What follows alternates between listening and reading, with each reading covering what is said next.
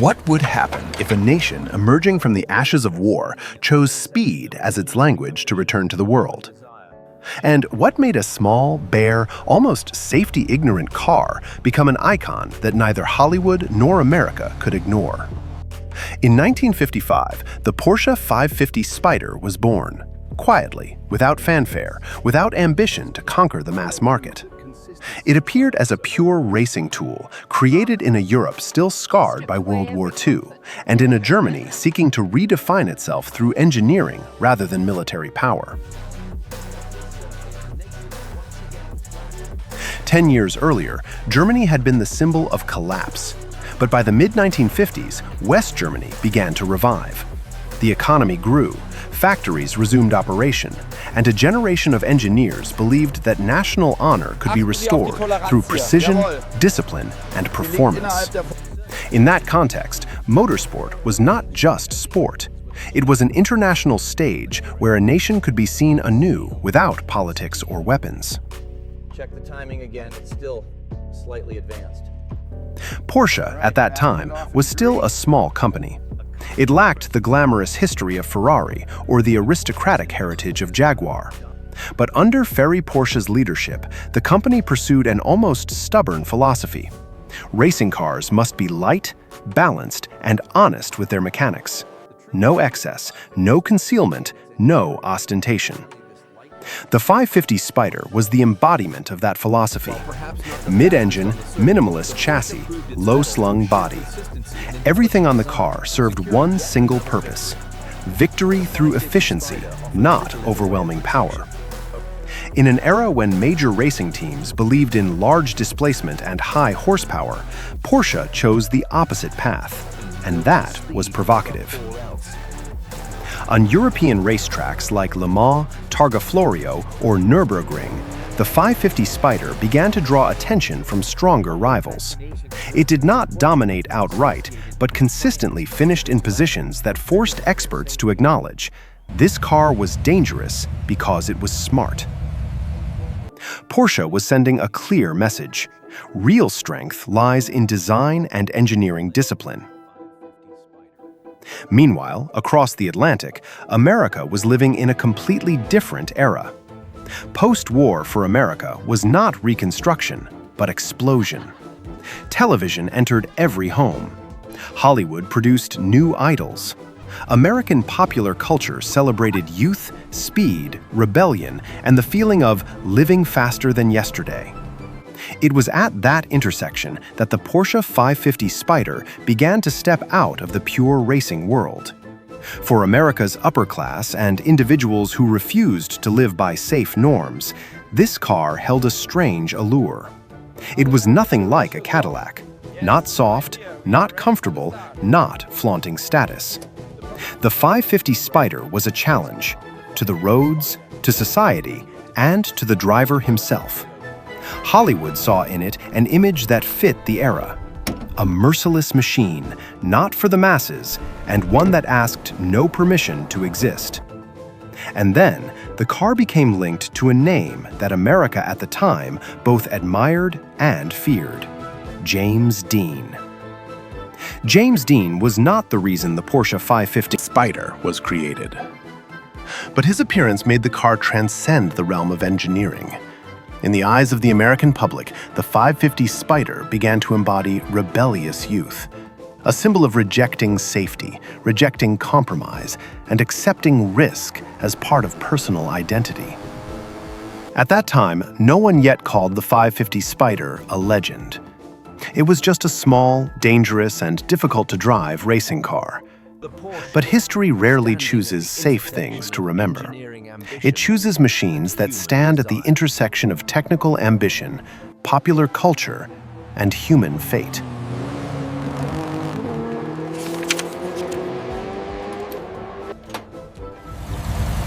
The Porsche 550 Spyder was not born on noisy industrial assembly lines or in large-scale factories. It was created in a space closer to a racing workshop than a mass production plant, where every engineering decision was a matter of life and death, and every small deviation could cost dearly on the track. The construction process of the 550 Spyder bore a strong, semi-handcrafted character. Limited production numbers allowed engineers and mechanics to directly intervene in each car. There was no concept of modern mass standardization. Instead, there was flexibility, adjustment, fine-tuning, and optimization for one sole goal: real-world track performance. The chassis of the 550 Spyder was a hand-welded tubular steel space frame, simple in structure but extremely light.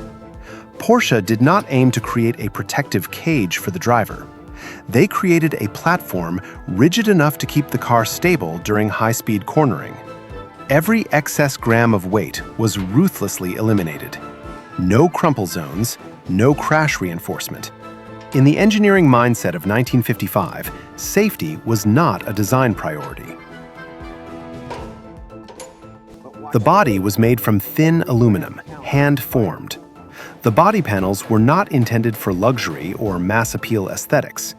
They were just enough to shield the mechanics, reduce aerodynamic drag, and keep weight to an absolute minimum. When touching the body, one felt not solidity, but fragility, a sensation that truly reflected the car's philosophy. The heart of the 550 Spyder was an air-cooled flat-4 engine with small displacement. On paper, the specifications were not overwhelming, but Porsche understood that power only matters when used efficiently. The engine was placed mid-ship, ahead of the rear axle, creating near-ideal weight distribution. This was a bold choice at a time when many sports cars still had front engines. This layout gave the 550 Spyder precise cornering, quick response, and direct driving feel. But it also made the car difficult to control at the limit. When traction was lost, reactions happened very quickly, and the driver had little chance to correct. The 550 Spyder did not teach safe driving. It only tested skill and courage. Independent suspension on all four wheels was a technical advance, allowing better road contact on the rough European roads of the post-war era.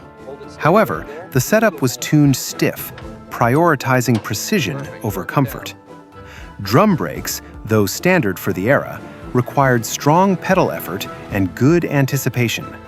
No power assistance, no electronic aids. Everything depended entirely on the driver. Entering the cockpit, the concept of interior barely existed. Thin, low seats placed close to the floor. The instrument panel showed only minimal information. Large steering wheel, no power assistance, transmitting every road vibration directly to the driver's hands. No radio, no sound insulation, no comfort.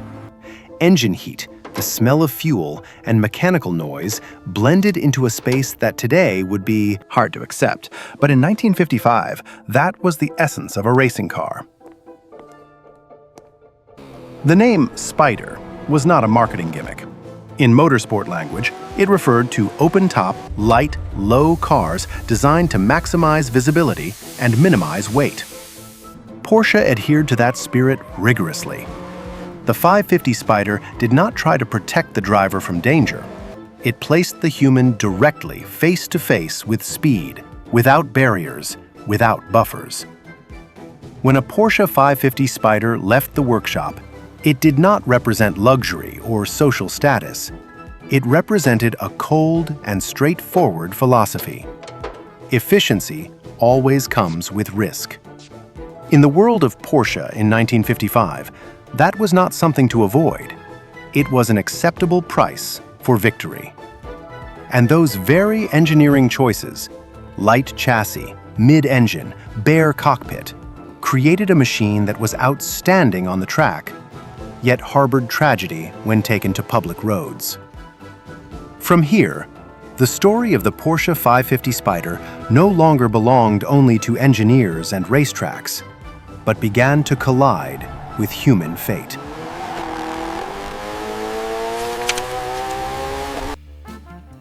On September 30th, 1955, America had not yet fully understood who James Dean was, when it lost him forever. And the car present in that moment was not an American symbol of power, Not a Cadillac or Lincoln, but a small, low-slung European machine, the Porsche 550 Spyder. James Dean was only 24 years old. He was not a safe star. He represented America's post-war youth, restless, rebellious, and unwilling to believe life had to follow a pre-written script. American cinema witnessed for the first time a new kind of hero, one who did not win through strength, but through defiance. The Porsche 550 Spyder Dean owned was not a movie prop. It was a real racing car, prepared for competition. On its body, Dean had painted the number 130 and the words, "Little Bastard," a provocative nickname that perfectly reflected his personality. Uncompromising, unapologetic, seeking no approval. The accident occurred on a public road in California while Dean was en route to a race. Not on a track, no grandstands, no lights. Just a moment of collision at an intersection, enough to end a life and begin a legend. James Dean's death shocked America. Newspapers, television, Hollywood, all paused. For the first time, American popular culture faced head-on an uncomfortable question. Was speed, fame, and youth being romanticized too much? The Porsche 550 Spyder, from a specialized racing car, suddenly became a symbol of modern tragedy. Not because of technical fault, not because of a curse, but because it stood at the exact intersection between man and risk, where European engineering collided with American rebellious spirit. After the accident, stories were woven around Little Bastard. But history does not need mystery to be heavy. The truth is heavy enough. A car designed for the track, a man who refused limits, and a society intoxicated with speed beyond its ability to control it. The paradox is that the Porsche 550 Spyder continued to succeed on the track. It did not disappear. It was not condemned. On the contrary, it solidified Porsche's reputation as a company that placed engineering above all else. The tragedy did not make the car fail. It made people view the car differently. Over time, Little Bastard ceased to be a specific car. It became a concept, a reminder that some machines are born not for safety, but to be true to their nature. And when people enter those machines, they bring their own choices.